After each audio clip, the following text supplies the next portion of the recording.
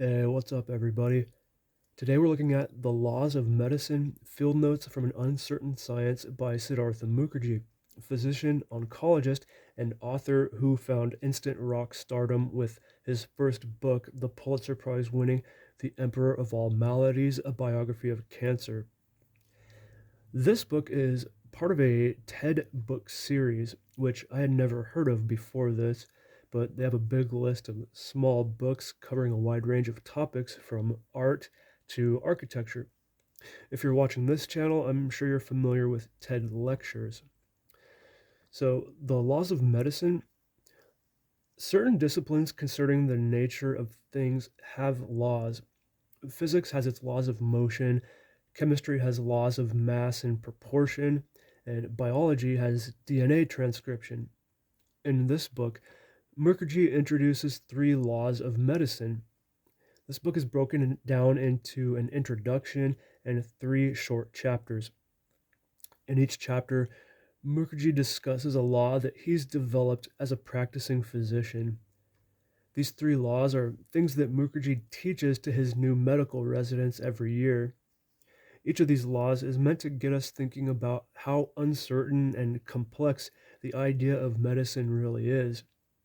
To quote key figure of the 18th century Enlightenment, Voltaire, doctors are men who prescribe medicines of which they know little, to cure diseases of which they know less, in human beings of whom they know nothing.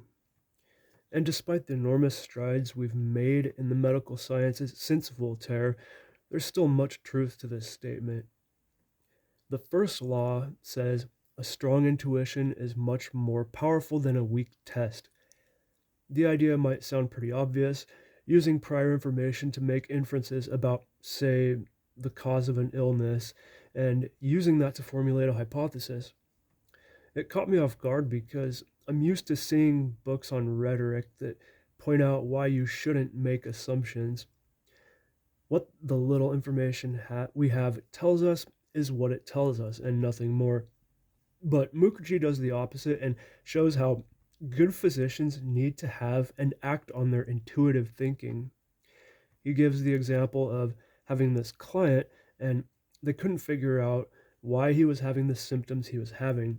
And just by chance, Mukherjee later saw this client chatting with a known heroin user, and putting things together, he was able to then diagnose him with AIDS from making inferences based on seemingly unrelated pieces of information. The second law, normals teach us the rules, but outliers teach us laws. A lot of times it seems like we have certain things pretty well figured out, but then we have these outliers, and it's from them that we're really able to discover how our models aren't quite right. For example, if we have a drug that cures 99% of people, the 1% are outliers, and there are reasons that the drug doesn't work for them. And until we understand exactly what these reasons are, our models for the drug and its uses need improvement. Mukherjee gives the analogy of back when we thought that we had the solar system figured out, but one thing didn't quite fit the model. Why did Mars move into a retrograde movement? It was something small, but it showed that our model was imperfect. It showed us where the improvements needed to be made, and we see a similar thing happening all throughout medicine. The final law is for every perfect medical experiment, there is a perfect human bias. This law highlights the idea that good medicine may involve reducing human bias as much as possible. However, it's impossible to eliminate it completely. There can never be a way to approach it 100% objectively because the very idea of the people and the theory involved introduces bias. Mukherjee says, of course, these are just three laws that he's discovered, but that other people could have and might discover others. The main idea of this book is that our ideas concerning medicine involve a lot of uncertainty, and it'll be important to keep this in mind going into the future.